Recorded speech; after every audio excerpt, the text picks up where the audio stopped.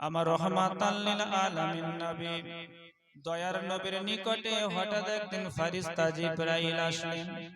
আসার পরে আল্লাহর নবীকে সালাম দিয়ে দাঁড়িয়ে রয়েছে। আমার নবী বলেন, ও ফেরেশতা জিবরাইল, বসে যাও, বসে যাও, বসে যাও। ফেরেশতা জিবরাইল বসে গেলেন।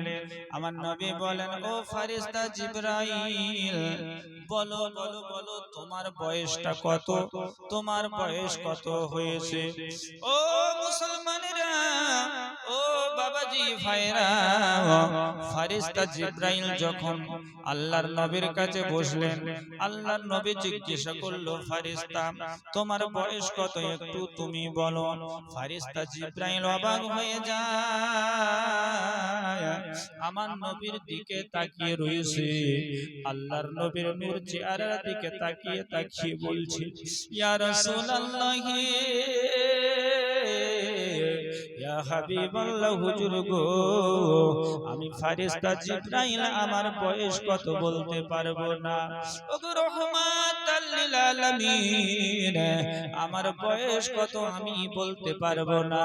আমি জিবরাইল তখনকার আদম নবী থেকে আপনি নবী পর্যন্ত 1,00,000 মতান্তরে 2,00,000 কমবেশ 24,000 যত নবী রাসূল পয়গম্বর এসেছেন আল্লাহর তরফ থেকে, আমি সমস্ত নবী রাসূলদের কাছে ওহী নিয়ে এসেছি, গায়বের সংবাদ নিয়ে এসেছি। আপনি আখিরি জামানার নবী, আপনার কাছে সংবাদ নিয়ে আসছি গো নবী, আমার বয়স কত বলতে পারবো না। ইয়া রাসূলুল্লাহ, ইয়া হাবিবাল্লাহ, হুজুর, তবে একটা নমুনা বলতে পারি, তবে একটা আলামত বলতে পারি, তবে আপনার কাছে একটা ইঙ্গিত দিতে পারি, এর দ্বারাই আপনি অনুপাত করে নিতে পারেন, এর দ্বারাই আপনি বুঝে নিতে পারেন আমি জিবরাইল আমার বয়স কত হতে পারে। ওগো আল্লাহর নবী, আমি জিবরাইল যখন জন্ম হয়েছি, আল্লাহ পাক যখন আমায় তৈরি করেছে, আমি জন্মের পর থেকে আকাশের নিচে আল্লাহর আরশে আজিমের নিচে একটা উজ্জ্বল নক্ষত্র চমকাতে দেখতাম। ওগো আল্লাহর নবী, ওই নক্ষত্রতে আমি জিবরাইল প্রতিদিন দেখতে পেতাম না। ওই নক্ষত্রতে আমি 70,000 বছর পরে একবার দেখতাম, আবার মাঝখানে ডুবে যেত, 70,000 বছর পার হয়ে যেত, আবার 70,000 বছর পরে আবার ওই তারাটি আকাশে উদিত হতো। ওগো আল্লাহর নবী, আমি জিবরাইল এমন করে করে ওই তারাটিকে 72,000 বার দেখেছি। ইয়া রাসূলুল্লাহ, আল্লাহর আরশের আজিমের নিচে একটা তারা আমি দেখতাম, 70,000 বছর পরে একবার উঠতো, ডুবে যেত, আবার 70,000 বছর পরে একবার করে উঠত। এইরকম ভাবে আমি 72,000 বার দেখেছি। আমার নবী বলছে, জিবরাইল, ও ফেরেশতা জিবরাইল, তারাটি তুমি দেখেছো, কিন্তু বলো ওই তারাটিকে তুমি কি চিনতে পেরেছিলে? লা ইয়া রাসূলুল্লাহ, ইয়া হাবিবাল্লাহ, হুজুর, ওই তারাটি কি আমি জিবরাইল চিনতে পারি নাই। আমার রহমাতাল লিল আলামিন সেই সময় বলেছিল, ও ফেরেশতা জিবরাইল, শুনে নাও, জেনে নাও, ওয়া ইজ্জাতু রাব্বি আনা, আমি আল্লাহর ইজ্জতের কসম করে বলি, আনা যালিকাল কাওয়াকিবা, ওই তারাটি পৃথিবীর অন্য কোন নক্ষত্র ছিল না, ওই তারাটি পৃথিবীর অন্য কোন তারা ছিল না। ও ফেরেশতা জিবরাইল, আনা যালিকাল কাওয়াকিবা, ওটাই আমার নূরের তারা ছিল। এক কথায় জিবরাইল, ওটাই আমি ছিলাম। আল্লাহ পাক আমাকে তৈরি করে নূরের তারা হিসাবে রেখেছিলেন। জোরে বলেন। জিব্রাইল শুনে আশ্চর্য হয়ে গেলেন।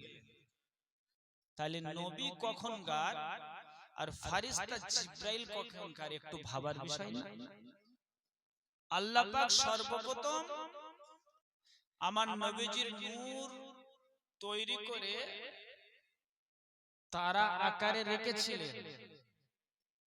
যখন হযরত আদম আলাইহিস সালাতু সালামকে আমার আল্লাহ তৈরি করলেন, জান্নাতের ভিতরে রাখলেন, আমার নবী মুস্তাফার ওই তারা জ্যোতি মোবারকটা নিয়ে নবী আদম আলাইহিস সালাতু সালামের পিঠের উপরে দিয়ে দিলেন। জোরে বলে। নবীজির নূর জাতির পিতা হযরত আদম আলাইহিস সালাতু সালামের পিঠে, নবী মুস্তাফার নূর যেমন তেমন লাইটের মতো চমকাচ্ছে। আদম নবী জান্নাতের ভিতরে ঘুরছে, জান্নাতি খানা খাচ্ছে, জান্নাতের আরাম আয়েশ ভোগ করছে। আল্লাহ পাকের অসংখ্য ফারিস্তারা আদম নবীর পিছনে পিছনে ঘুরছে। নবী আদম আলাইহিস সালাতু সালাম যেখানে যাচ্ছে, ফারিস্তারা পিছনে পিছনে সেখানে যাচ্ছে। আদম নবী আশ্চর্য হয়ে গেল, ব্যাপার কি? এতগুলো অসংখ্য অগণিত ফারিস্তা আমার পিছনে পিছনে কেন ঘুরছে? আল্লাহর দরবারে জানতে চাইলেন।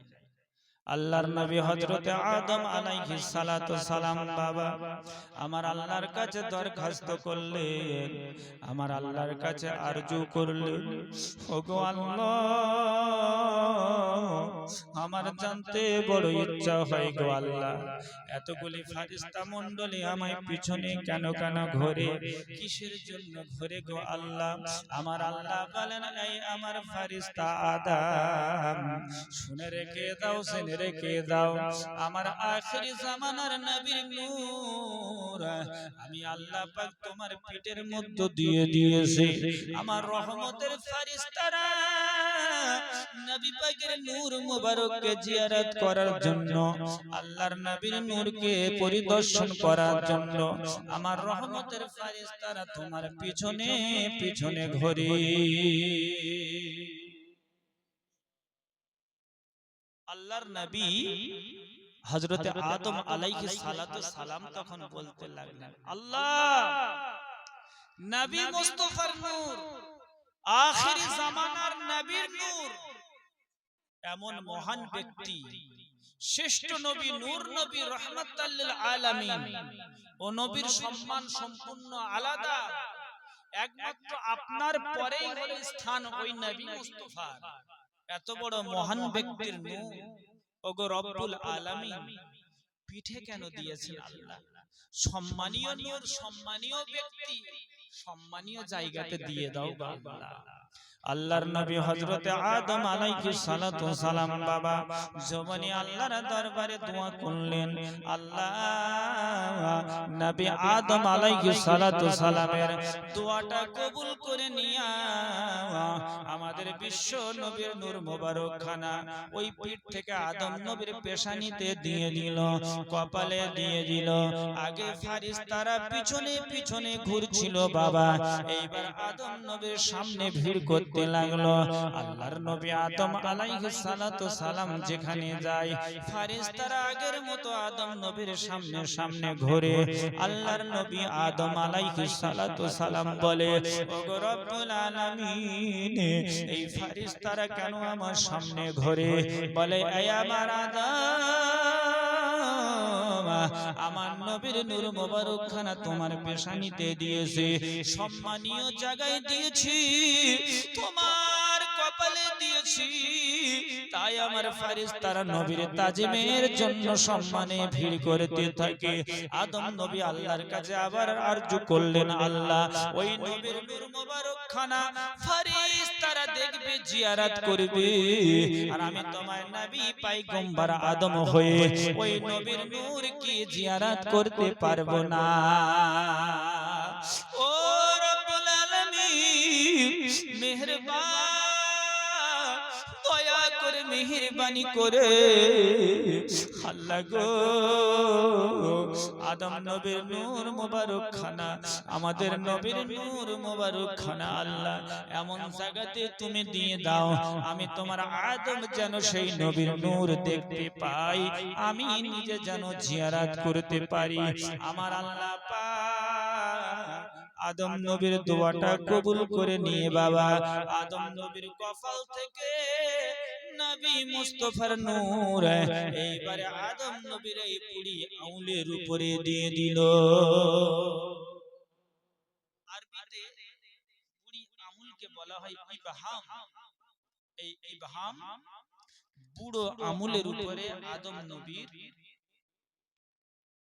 দুটো বুড়ো আঙুলের উপরে আমার নবীজির নূর মোবারক খানা চমকাতে আরম্ভ হয়ে গেল। জোরে বলুন। আদম নবী দেখার পরে বুঝে নিল, খুশি বাগে বাগ হয়ে গেল। সঙ্গে সঙ্গে মহব্বতের সঙ্গে মহব্বত নবী মুস্তাফার নূরের ভালোবাসাতে চুম্বন করে চোখেতে লাগিয়ে নিল। জোরে বলেন সুবহানাল্লাহ। আমরা যারা নবী মুস্তাফার নাম শুনে চোখে লাগাই, নবী আদম আলাইহিস সালাতু সালামের একদিক থেকে মহব্বতের সুন্নাত পালন হয়। জোরে বলেন সুবহানাল্লাহ। সর্বপ্রথম হযরতে আদম নবী নবীজির মহব্বতে নবীজির নূর দেখে চোখে মুখে লাগিয়েছিলেন। তাহলে নূর আল্লাহর আরশে আজিম থেকে আদম নবীর কাছে জমা হলো। মুআজ্জাজ মুকাররম বাপ ভাইরা, পৃথিবীর জমিনে এখনো পর্যন্ত অনেকে বলে আমাদের নবী 40 বছর বয়সে নবী হয়েছে। এটা কি ঠিক? এটা ঠিক গো? অনেকে বলে যে নবীজি 40 বছর বয়সে নবী হয়েছে। এটা ঠিক না, এটা ভুল। নবীজি 40 বছর বয়সে নবী হননি, বরঞ্চ মায়ের পেট থেকে নবী হয়ে এসেছেন।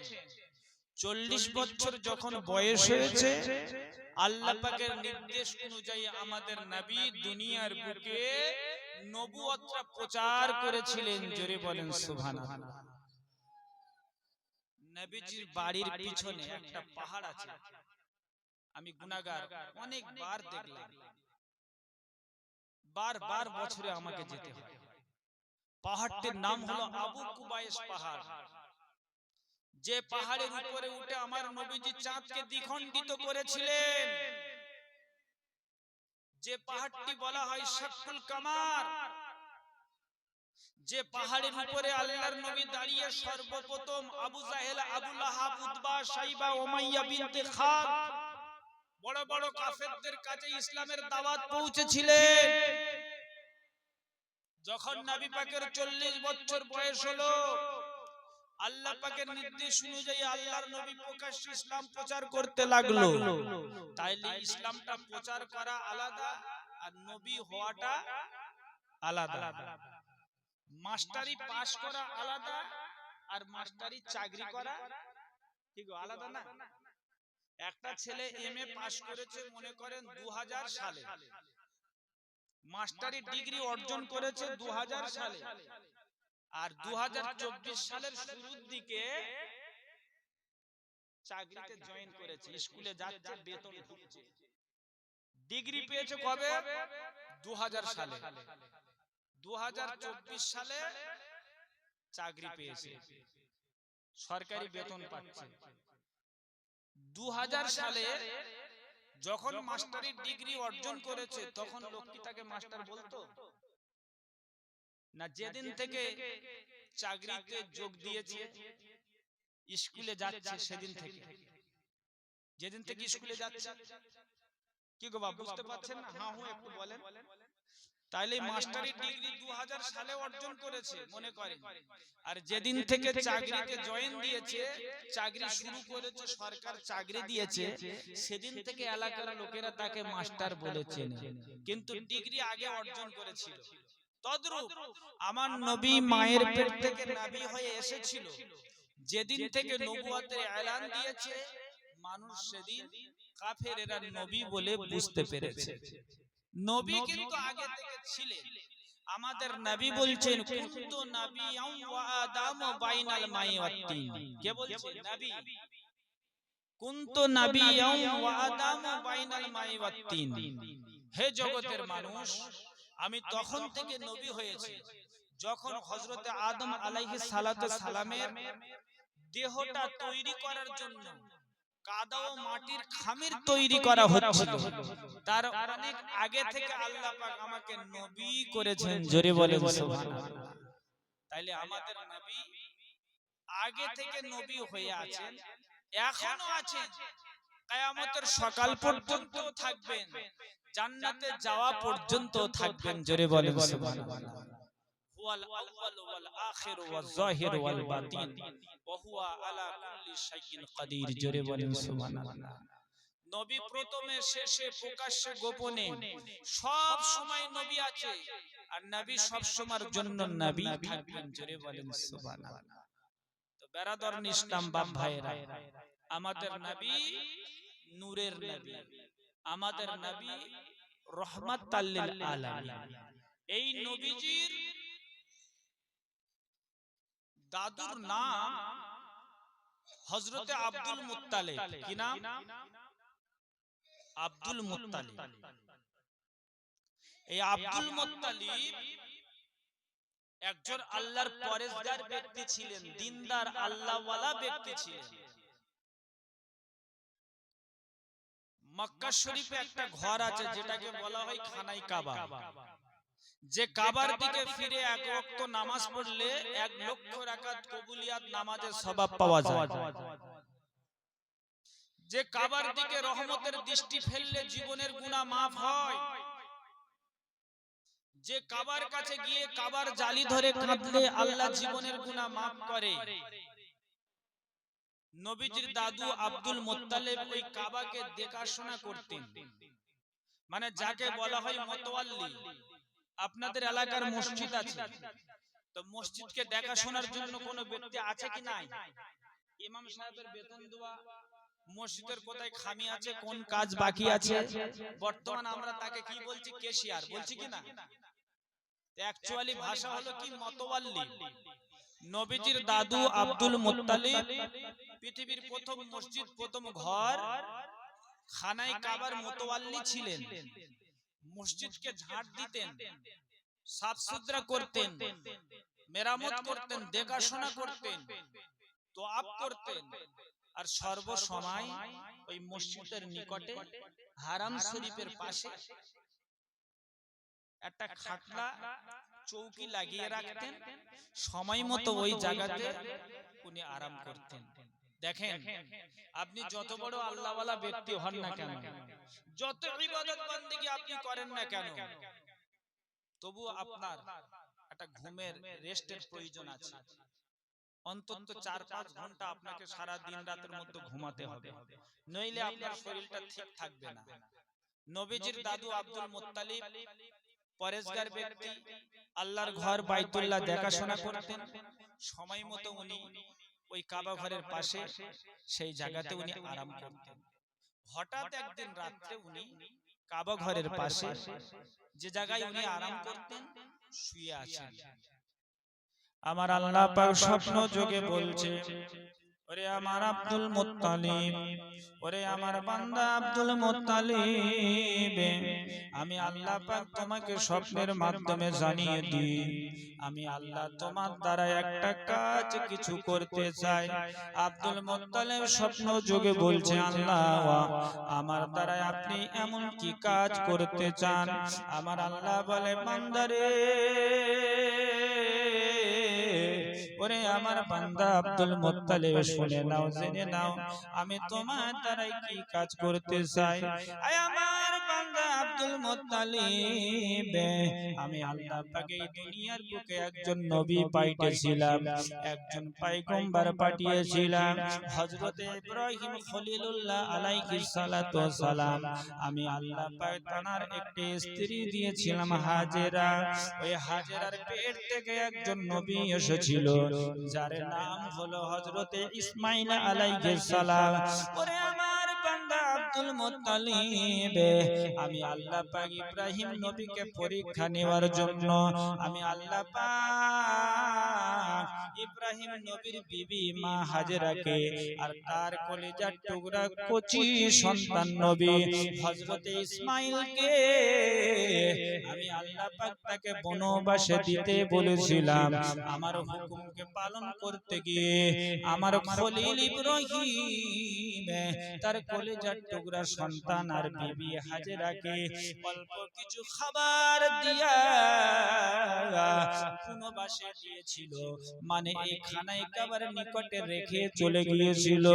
ওরে আমার বান্দা আব্দুল মুত্তালিব যখন তাদেরকে রেখে চলে গিয়েছিল, কয়েকদিন অতিবাহিত হওয়ার পরে বিবির কাছে যে খাবার ছিল, পানি ছিল, শেষ হয়ে গেল। বিবি হাজেরা ক্ষুধার দ্বারাই এই মরুভূমিতে ছটফট ছটফট করতে লাগলো। কলিজার টুকরা ছোট সন্তান ইসমাঈল মায়ের স্তনে দুগ্ধ না পাওয়ার কারণে পিপাসার জ্বালায় ক্ষুধার জ্বালায় ছটফট ছটফট করতে লাগলো। আমার বান্দে হাজেরা কলিজার টুকরা কচি সন্তানকে রেখে দিয়ে এই মরুর প্রান্তরে দৌড়াতে আরম্ভ করলো, যদি একটু পানি পাওয়া যায় আমার কলিজার টুকরা বেটা ইসমাঈলকে পানি পান করিয়ে ভিতরটা শান্তি দেব। এই মনে করে আমার বান্দি হাজেরা খানায় কাবার নিকটে কলিজার টুকরা ছোট সন্তানকে রেখে দিয়ে ওই সাফা পাহাড়ের দিকে তাকিয়ে দেখছে রোদের ছোটা বালির উপরে পড়ছে, মনে হচ্ছে পানি খিলখিল করছে। বাবা হযরতে হাজেরা পানি মনে করে এইবার সাফা পাহাড়ের দিকে দৌড়াতে লাগলো। দৌড়ে দৌড়ে সাফা পাহাড়ের নিকটে গিয়ে দেখছে আল্লাহ আল্লাহ এক ফোঁটা পানি না, মরুর বালিগুলো সূর্যের তাপে গরম হয়ে গিয়ে সূর্যের ছটা লেগে খিলখিল করছে, মনে হচ্ছে পানি। যখন আপনারা রাস্তা দিয়ে রোদের সময় যাবেন, দূর থেকে দেখবেন পিচি রাস্তা, গরম যখন হয়ে যায় মনে হবে দূরেতে পানি খিলখিল করছে। দেখবেন এই এখন গরমের সময় যখন বেশি গরম হবে দেখবেন পিচের রাস্তার দিকে দূরে ফাঁকা জায়গাতে লক্ষ্য করে দেখবেন, দূর থেকে তাকিয়ে দেখবেন মনে হচ্ছে রোডের উপরে পানি। আমিও নিজে দেখছি। আবার ওখানে যাবেন পানি নাই, আবার একটু আগে দেখবেন মনে হচ্ছে পানি। তো মা হাজেরা দূর থেকে সাফা পাহাড়ে দেখছে, মনে হচ্ছে পানি, বালিতে রোদ পড়ছে, পানির মতো লাগছে। সেখানে যাওয়ার পরে পানি তো নাই, সাফা পাহাড় থেকে মারওয়া পাহাড়ের দিকে দেখছে, দুটো পাহাড়, ওখানে মনে হচ্ছে পানি। হযরতে মা হাজেরা পানি মনে করে বাবা এইবার দৌড়াতে আরম্ভ করলো। সাফা পাহাড় থেকে মারওয়া পাহাড়ের দিকে গেল। এই মুসলমান, এই খাসপুরার মা বোনেরা, বাপ ভাইরা, হযরতে হাজেরা দৌড়ে দৌড়ে মারওয়া পাহাড়ের মাথায় চলে গেল। মনে হচ্ছে দূর থেকে ওইখানে পানি রয়েছে, কিন্তু না না না, বালিগুলো পানির মতো রোদের ছটাতে যেন ভাসতে রয়েছে, মনে হচ্ছে পানি রয়েছে। হযরতে মা হাজেরা ওইখানে যাওয়ার পরে আবার থমকে দাঁড়িয়ে যায়। আল্লাহ আল্লাহ, আমি তো পানি মনে করলাম গো আল্লাহ, এখানে পানি নাই, একই অবস্থা। আবার মারওয়া পাহাড়ের দিকে সাফার দিকে দেখছে, আবার মনে হচ্ছে পানি। আবার মারওয়া সাফা পাহাড় থেকে মারওয়ার দিকে দেখছে পানি। মা হাজেরা একবার সাফা একবার মারওয়া, একবার মারওয়া একবার সাফা, এইভাবে 7 বার চক্কর লাগাইলো, কিন্তু কোন রকম ভাবে পানি পেল না। বর্তমান সময়ে যত হাজি উমরা করতে যায়, যত হাজি ফরজ হজ করতে যায়, কাবা শরীফটা তওয়াফ করার পরে 7 বার সাফা মারওয়া দৌড়াতে হয়, সাই করতে হয়। আমার আল্লাহ কিয়ামত পর্যন্ত হাজিদের জন্য জারি করে দিল। ওরে আমার বান্দা বান্দিরা, যখন তোমরা মক্কা শরীফে আসবে, খানায়ে কাবা তওয়াফ করতে, হজ করতে, খানায়ে কাবা তওয়াফ করার পরে পরে আমার বান্দি হাজেরার সুন্নাত তোমরা পালন করবে। সাফা মারওয়া তোমরা 7 বার দৌড়াতে থাকবে। এখনো পর্যন্ত যত হাজিরা যায়, সাফা থেকে মারওয়া, মারওয়া থেকে সাফা 7 বার দৌড় লাগায়। এটা হলো মা হাজেরার সুন্নাত। মা হাজেরা যখন পানি তালাশ করছে, 7 বার দৌড়ালো,